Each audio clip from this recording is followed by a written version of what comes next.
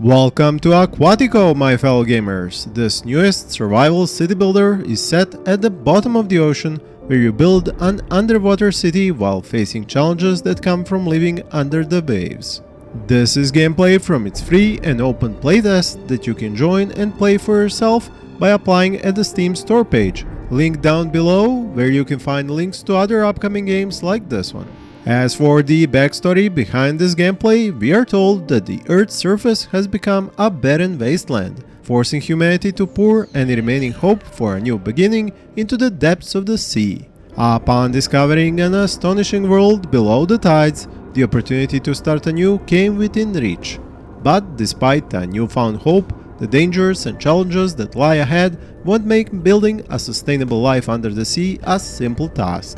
And with a dozen different resources, all packed into many production chains, the requirements for power, fuel and oxygen, as well as health and happiness, it's definitely one complex task to fulfill. The map is nicely divided up by different colors, letting you know in advance what is the best building type to construct there. Green is for fertile ocean floor, white for iron deposits, orange for oil, purple for dangerous radiation, and blue is where you are out of your depth. Luckily, the complexity builds up step by step, resource by resource, as you research new tech and unlock new buildings to gather raw resources or produce goods to satisfy some need of your growing underwater city population. That research tree is huge, and it takes both time and money to start new research projects. Money you can earn in several ways. Yes, even with taxes. It seems you can't escape taxes even after an apocalypse and living underwater. No wonder they say only death and taxes are certain in life. The drones are the other part of your workforce, and they too require a bit of maintenance, but luckily these are only batteries. The maps are definitely not huge, but what is a welcome surprise is that building is done on 2 layers. The production and gathering is done on the sea floor, while the citizens live in domes which only have their foundations down there, while the actual living space is above. This second layer relieves the pressure of having to build everything on a small map and keeps the life of the population nice, clean and quiet above all the racket of manufacturing and resource collection. I love this part about Aquatico, and while the playtest doesn't let you go too far into the gameplay, it gives you an amazing and encompassing look at the gameplay loop, which is about securing enough resources for your colony's population to grow and be happy. Different production buildings give actual boosts to others in their vicinity, and those are usually connected by actual production chain rules. Also, to transfer fuel, oxygen and power, you use pipes which have their own little gameplay logic and mechanics. Like that each building only has one connection, so you have to be careful what you connect, and also they can be broken and require manual repair while you bleed all important oxygen and your population is in danger of suffocation. There is trade, selling and buying on a market where prices of goods depend on their production complexities. Besides the drones, there are also some marines, overseas expeditions, and you can investigate the great depths in a special kind of exploration gameplay. Successful expeditions will let you reap rewards and resources that are crucial to your colony.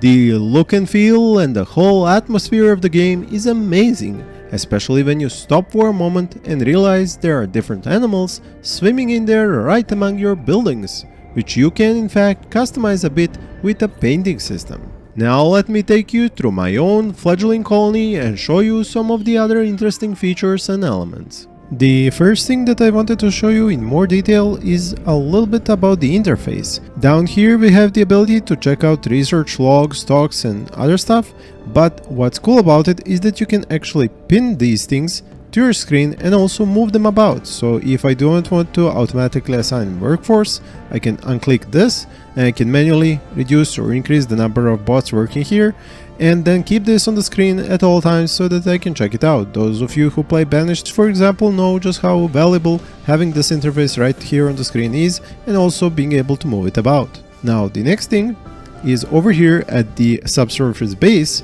you can check out the bonuses you have, but also the directives, and you can have about a dozen of them online at the same time. And if I click here to add another one, I can check out all these here.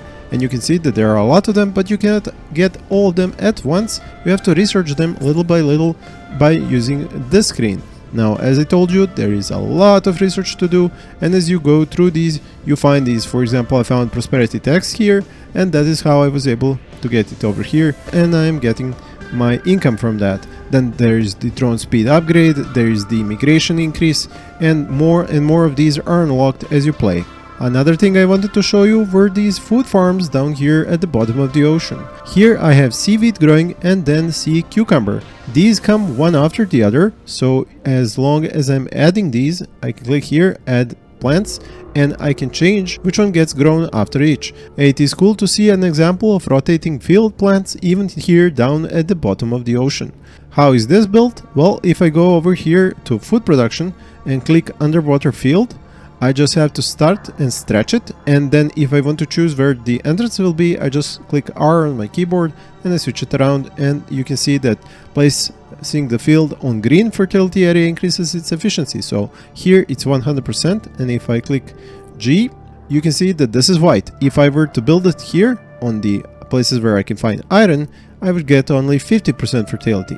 Another cool thing about the interface is that I can use all of these options. For example, I can use gather all resources and just get everything that's here. The sponges are here, so that's being collected, but I can also use only collect sponge option, and only the sponges will be selected. There is an option to gather stone, iron and plastic if I want to ignore the sponges. So if I do this, like on a huge size of an area like this, I am just going to collect the stone, iron and plastics I find, like here, and the sponges won't be selected. I can also demolish stuff using these options, and I can demolish the pipes separately. So if you want to demolish a building but don't want to demolish the pipes that are nearby, which would then break the connection and the supply chain, you just use this option to demolish a building, and then you are sure you won't be demolishing the all important pipes. This is how you get new arrivals, and you just click accept and then they come by. And if I go tab and go up here into where my population actually lives, I can go through the homes and I can check out their oxygen supply, food, warmth, health, basic goods, luxury goods, education, religion, housing and environment. Now here in these homes I can use the upgrades, installation, which I already did, to reduce the amount of fuel they're spending, but I can also increase their homes to level 2, and level 2 homes have, as you can see, even higher fuel efficiency with minus 40% if I go with installation level 2. I just finished some research, so if I go over here, I can choose my next research.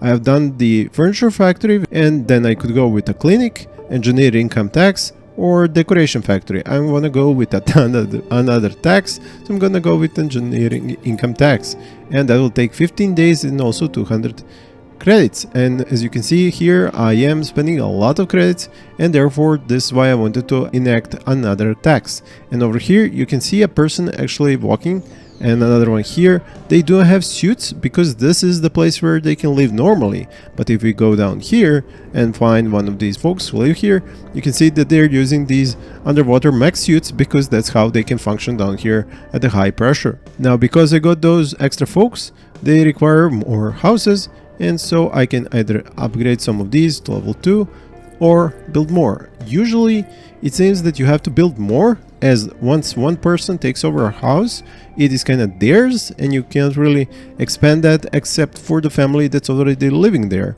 Also, choosing the right placement is kind of crucial. As you can see, I kind of mistakenly placed some of the homes in the center first, and then I can't fill up the space here. But I have the whole new medium dome with 4 of these sections now to fill up, so it's not a problem with space anymore. And as I was saying, I wanted to show you how you can actually use these upgrades. So for a fuel refinery, for example, I could use the expansion, and that gains 1 more work slot. The optimization reduces how many resources this building is spending, and the production boost, of course, just increases what it's producing.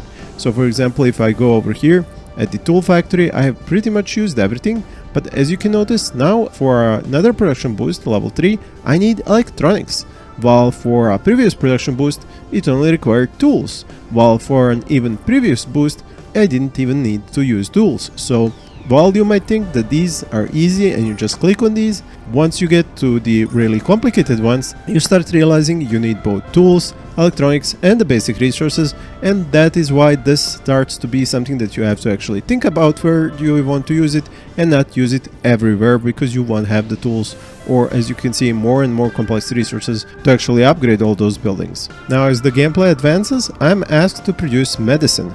Now, you might wonder, so where is medicine if it's not shown up here? But if you go over here on your depot and click and go by, let's say, quantity, and we go down the list, we'll actually find medicine. So you need to produce medicine for your population, and as you saw, if we go upstairs and find some folks, there is one of these that says health, meaning that this is something that the medicine is going to help you with. And that starts with the clinic, which unlocks the ability to build the basic medical center, which then produces those meds. So once I'm finished with engineering income tax, I can research this, build that building, and then be able to get to the medicine required to keep the health of my population up. Another gameplay mechanic that you won't see here but is present is the temperature, and you can see here that it's currently displayed in Celsius, but just by clicking I can switch over to Fahrenheit, and for you who use the scale can more easily understand the temperature down here. There is winter and cold, so this is part of the gameplay and part of the survival mechanics. There is simply so much of this game that has yet to even be revealed, and we cannot even access everything. For example, the security buildings, we need to research a lot to get to those. Then there are the cages, the greenhouses, and the orchard greenhouses for down here to actually have different supplies of food. And then we have the infrastructure where we have the navigation signs, the sand roads even, but this is not even available in this test. So as I said, this is looking and shaping up to be an amazing new city builder, especially with the survival elements we have yet to even experience. I want to thank you all for watching and tell you to wishlist this game.